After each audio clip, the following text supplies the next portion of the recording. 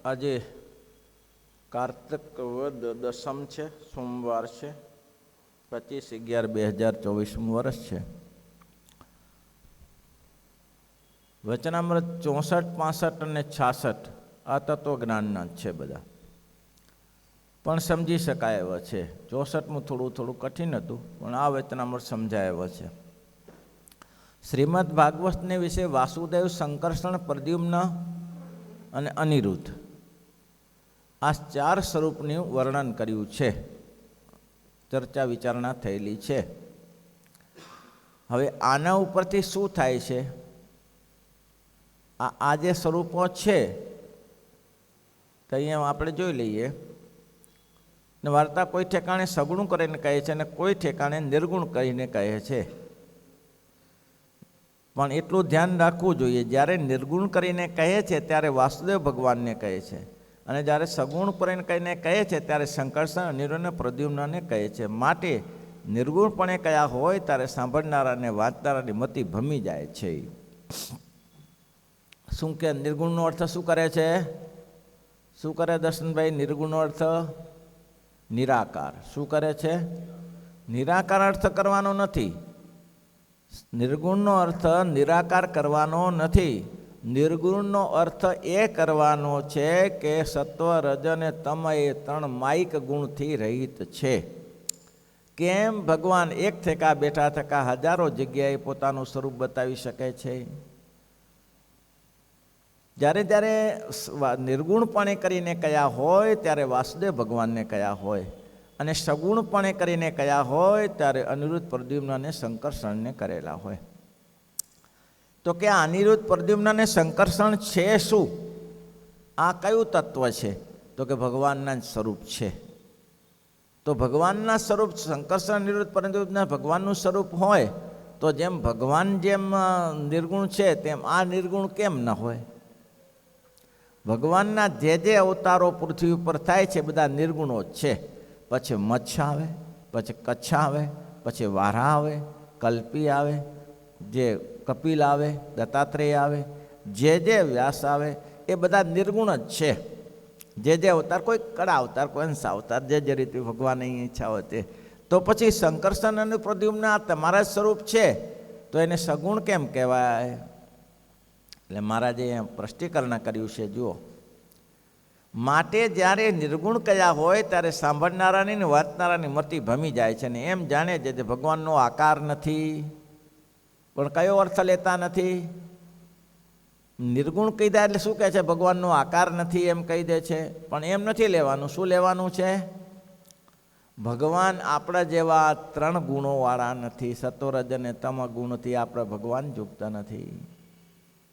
એટલા માટે કહ્યું કે જેવા તો એક જ છે, જેવા તો એક જ, બીજે કેમ થવાય રે? બીજાથી કેવી રીતે થવાય? એવું ભગવાન જેવું કેવી રીતે થવાય?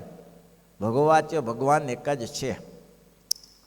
તો કે પણ તરત સંકર્ષણ, અનિરુદ્ધ, પ્રદ્યુમ્ન અને સંકર્ષણ, પ્રદ્યુમ્ન, અનિરુદ્ધ શું છે? તો કે ભગવાનના સ્વરૂપ છે. પણ બ્રહ્માંડની સૃષ્ટિ માટે આ ભગવાને પોતાના સ્વરૂપનું ત્યાં સ્થાપન કર્યું, અને એટલું જ કાર્ય કરવા માટે સંકર્ષણ જે ભગવાનનું સ્વરૂપ છે તેનાથી શિવ દ્વારા સૃષ્ટિ કરવા માટે, શિવ દ્વારા સૃષ્ટિ થાય સંહાર કરવા માટે. સંકર્ષણ ભગવાનનું સ્વરૂપ છે એનાથી સૃષ્ટિ કરવા માટે, અને અનિરુદ્ધ જે ભગવાનનું સ્વરૂપ છે એનાથી આ જગતની સ્થિતિ રાખવા માટે, અને પ્રદ્યુમ્ન જે ભગવાનનું સ્વરૂપ છે તેનાથી જગતની ઉત્પત્તિ કરવા માટે. આ સ્વરૂપો ભગવાને જ સ્થાપન કર્યા છે. પણ એવું કંઈ તાત્કાલિક તમે સમજી લો એવું કંઈ તાત્કાલિક એવું કંઈ સમજાય એવું નથી. ચતુર્વ્યુહમાં નિર્ગુણ જે વાસુદેવ ભગવાન એક જ નિર્ગુણ છે, બાકી સગુણ છે. કેમ સગુણ છે?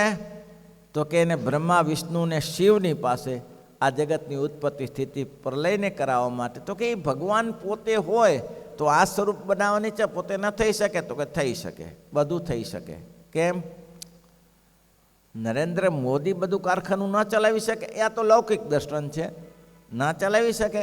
બધા દેશના સીએમ અલગ કર્યા, બધા પાછા સીએમના મંત્રીઓ બનાવ્યા, અને પછી જેને મંત્રીને જે કામ સોંપ્યું એની જવાબદારી હોય પછી એમાંથી કલેક્ટરને ઊભા કર્યા.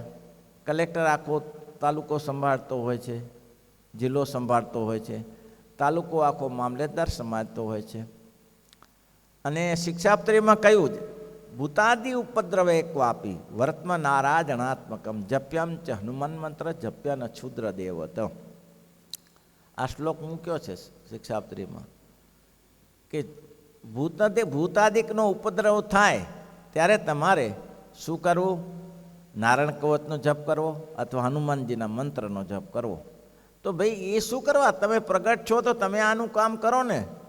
તો કે મહારાજ કે એ બધું જરૂરી નથી, એટલું કામ હનુમાનજીને સોંપવું પડે, દરેક પાત્રને એટલી સેવા સ્વીકારવી પડે. એ સામેથી સેવા માગી લીધેલી છે, અમને કંઈક સેવા આપો, અને ભગવાન એને સેવા આપેલી છે. એટલે તે કાર્ય કરીને ભગવાને દરેકને કામની વહેંચણી કરી આપી છે. અને પોતાના જે મૂળ સ્વરૂપ જ માંથી જ આ 4 વ્યૂહ ઉત્પન્ન થયા છે. પણ કેવા? તો કે કલા અવતાર જેવા, જેટલું કામ પૂરતા જ આ સ્વરૂપો છે. કામ પૂરું થઈ જાય એટલે એને પૂરું કરી નાખે. હવે નિમિત્ત કામ પૂરતા તો પછી આ બીજું તો પણ થઈ જાય છે. નરસિંહ ભગવાન શેને માટે આવ્યા? એ ક્યાં મોટો વિકાસ કર્યો નરસિંહ ભગવાને? એને ખાલી પ્રહલાદનો ઉદ્ધાર જ કર્યો, અને પછી પોતે અંતર્ધ્યાન થઈ ગયા સર્પની સાથે યુદ્ધ કરીને. તો કેમ? તો કે ના, એના દ્વારા સૃષ્ટિની, એના દ્વારા સત્સંગનો વ્યાપ કર્યો. જુઓ તોય નરસિંહના ઉપાસકો છે કે નહીં આ દુનિયામાં? ઢગલાબંધ નરસિંહની ઉપાસના કરે છે. વારાના ઉપાસકો છે, દક્ષિણમાં જાઓ કેવા મોટા વારાના મંદિર છે. હયગ્રીવની ઉપાસના કરે છે, ઘોડો પધરાઈની ઉપાસના કરે છે. તો આ બધી ઉપાસના થાય જ છે. કેમ? તો કે એના થકી પણ જીવ મોક્ષ ગતિને પામે છે. મત્સ્યની ઉપાસના થાય છે, એના થકી પણ જીવ ભગવાનના ધામને પામે છે. તો પછી આ વ્યૂહ સંકર્ષણ પ્રદીપ અનિરુદ્ધ, તો કે એનું કામ ખાલી સૃષ્ટિની ઉત્પત્તિ પૂરતું છે. આટલી વસ્તુ સમજી રાખવાની, એટલે હવે તમને થોડું ચોખ્ખું થઈ જશે. આકાર નથી, આમ સમજનારાની અવળી સમજણ છે. શાસ્ત્રમાં જે શબ્દછળ છે તે એકાંતિક ભક્તો વિના બીજાને સમજાતા નથી. કયા શબ્દછળ છે? તો ભગવાન અરૂપ છે, જ્યોતિર્રૂપ છે, નિર્ગુણ છે, સર્વત્ર વ્યાપક છે. એવા વચન સાંભળીને મૂર્ખા હોય તે એમ જાણે છે ભગવાનને રૂપ નથી. કયું કીધું? અરૂપ છે, જ્યોતિરૂપ છે, નિર્ગુણ છે, પછી વ્યાપક છે. આ સ્વરૂપ બતાવ્યું. તો એક વસ્તુ તેને સમજી આગળ મારા દ્રષ્ટાંત આપે છે કે સૂર્યમાંથી તેજ નીકળે છે, તો તેજ દેખાય છે કે નહીં દેખાતું? તો તેજ દેખાય છે, સૂર્યમાંથી નીકળે છે, તો સૂર્ય હશે ત્યારે તેજ આવતું હશે ને. માનો કે આ અહીંયા પ્રકાશ થાય છે, તો ક્યાંથી આવે છે? આ પ્રકાશનો ગોળો છે ત્યારે તેજ આવે છે, નહીં તો ક્યાંથી આવે છે? એટલે મહારાજ કંઈ સમજનારાને આ શબ્દછળની ખબર પડતી નથી. એવો વચન સાંભળીને મૂર્ખ હોય તેમ જાણી છે શાસ્ત્રમાં તો ભગવાનને અરૂપ કયા છે, પણ જે એકાંતિક ભક્ત છે તે તો એમ સમજે છે ભગવાનને અરૂપ નથી કયા, પણ ભગવાનને આપણા જેવા નથી કયા. ખ્યાલ આવી તમે? આપણા જેવા ચર્મચક્ષુથી જોઈને આપણે મરી જઈએ, સડી જઈએ. કૃષ્ણ ભલો ભગવાનના સ્વરૂપમાં ગમે એમ થાય. નિષ્કુળાનંદ સ્વામીએ જ્યારે 64 પદી કાલે સંતો અભ્યાસ કરે છે એમાં જોયું, કૃષ્ણ ગયા પછીની વાત કહું જન જાણો રે. કૃષ્ણ ગયા પછીની વાત કરું કે શું થયું? કૃષ્ણ ગયા પછીની વાત સહુ જન જાણો રે. શું કર્યું? શું? હરતા અર્જુન પણ સમર્થ કંઈ નવ આણ્યું રે. અર્જુન સમર્થ હતા પણ કંઈ કરી શક્યા? ગમે તેવા ચરિત્ર કરે, ગમે તેવું કરે, તેનાથી ભગવાનમાં બીજો કોઈ ફેરફાર? તો આ લીલા ચરિત્ર તો ભગવાન ગમે તેવું કરી શકે. પોતાના પુત્ર એમ કહેવાય છે, દુર્ભગોયમ લોકો, આ લોક દુર્ભાગ્યશાળી છે, પણ જાદવો નિતરમ દુર્ભાગી. આ દુનિયા તો દુર્ભાગ્યશાળી છે, જાદુ અતિશય દુર્ભાગી છે. કેમ? શું થયું? ભાઈ, જેના ઘરે પુરુષોત્તમ નારાયણ પ્રગટ થયા છતાં શું કે અમારા ભાઈ થાય, અમારા કાકા થાય, અમારા મામા થાય, અમારા ફુવા થાય, બોલો, આ સમજાણું, બીજું ના સમજાણું. અરે ખુદ વસુદેવજીને સમજાણું, મૂકી આવ્યા ત્યાં, અમારા દીકરા છે તો ના સમજાય. અને મહારાજ કેટલા જ માટે શાસ્ત્રમાં શબ્દના છળ છે, પણ પાછળથી હજારો લોકો માને છે. દુનિયા આખી કૃષ્ણને માને છે. દ્વારિકાધીશ કી જય બોલાવે છે, રણછોડ રાય ડાકોરવાળાની જય બોલાવે છે. ભાઈ બોલે છે ને તો થાય. સમજવું કઠિન છે, એટલું બધું સમજવું સહેલું નથી કે તમે સમજી જશો. પણ મહારાજ કે જે એકાંતિક ભક્ત છે એ તો એમ સમજે છે. શું સમજે છે? એકાંતિક ભક્ત હોય તો એમ જાણે શાસ્ત્રમાં જે અરૂપ ને નિર્ગુણ કયા છે તે તો માયિક એવા જે રૂપ ને ગુણ તેના નિષેધને અર્થે કયા છે. માયિક કેવા આપણે ચર્મચક્ષુવાળા છે, એ આપણે નેત્ર છે, કાન છે, હાથ છે, પગ છે, ભગવાનને એને છે. પણ ભગવાન આને આ દેહને 17 જગ્યાએ બતાવી શકે છે. કૃષ્ણ રાસ પંચાયત થયામાં જેટલી ગોપીઓ તેટલા રૂપે થયા. તો થાય ને કોઈ પુરુષ બ્રહ્મવાદી હોય તો ભગવાન એવા આપણે જેવા નથી એ બતાવો. બહુ સરસ રીતના છે સમજવા માટે. નિર્ગુણ સરગુણ અને ચતુર્વ્યુહોની કથા. ચતુર્વ્યુહ એટલે ભગવાનના જ છે. વાસુદેવ કહેતા નિર્ગુણ છે, નિર્ગુણ કહેતા સર્વત્ર વ્યાપક છે. નિર્ગુણ એટલે એનો અર્થ એવો નથી કે ગુણ નથી અંદર, આ નિરાકાર છે એ નહીં, પણ ભગવાન નિર્ગુણ છે એટલે માયાના ગુણથી રહિત છે. આપણે જેવું માયાનો જો આપણે ખાઈએ પીએ હરીએ ફરીએ, આપણે ચાલે ના ચાલે, તો ભગવાને એ રીતે રહેતા હોય પણ એમાં દિવ્યતા જણાય ત્યારે ખબર પડે. ભાઈ મેં કહ્યું હતું ને કે મહારાજ જ્યારે વિસનગર જતા હતા તો રસ્તામાં કયું આવ્યું, ખંભાળા શું નામ બોલાઈ ગયું પાછું, જે હોય તે ગયા ત્યાં તે એક બ્રાહ્મણ હતો, કંથારિયામાં એક બ્રાહ્મણ હતો. એને મહારાજને કહ્યું, મહારાજ ગરીબ છું. મેં પહેલાં વાત કરી હતી 15-20 મહિના પહેલાં, મહારાજ ગરીબ છું હું, શું તમે તો ભગવાન કહેવાઓ, તમને શું લાડુ પેંડા ને બરફીને હું કેમ જમાડી શકું? મહારાજ કે લાડુ પેંડાને ક્યાં લઈને બેઠો છો? ખીચડી થાય એવી છે? ખીચડીના રોટલા તો થાય ને મહારાજ, તો તું બ્રાહ્મણ છો, બનાય અમે જમીને પછી ઊંઘી જઈએ. સારું મહારાજ. રોટલા અને ખીચડી બનાવી પછી બ્રાહ્મણે હાથ જોડીને કહ્યું, મહારાજ મારા ગામમાં મોટો ઉપદ્રવ છે. શું? માતાજીનું મંદિર છે, આશાપુરા મંદિરનું મંદિર છે, અને તેમાં પાડો વધેરાય છે, બોકડો વધેરાય છે.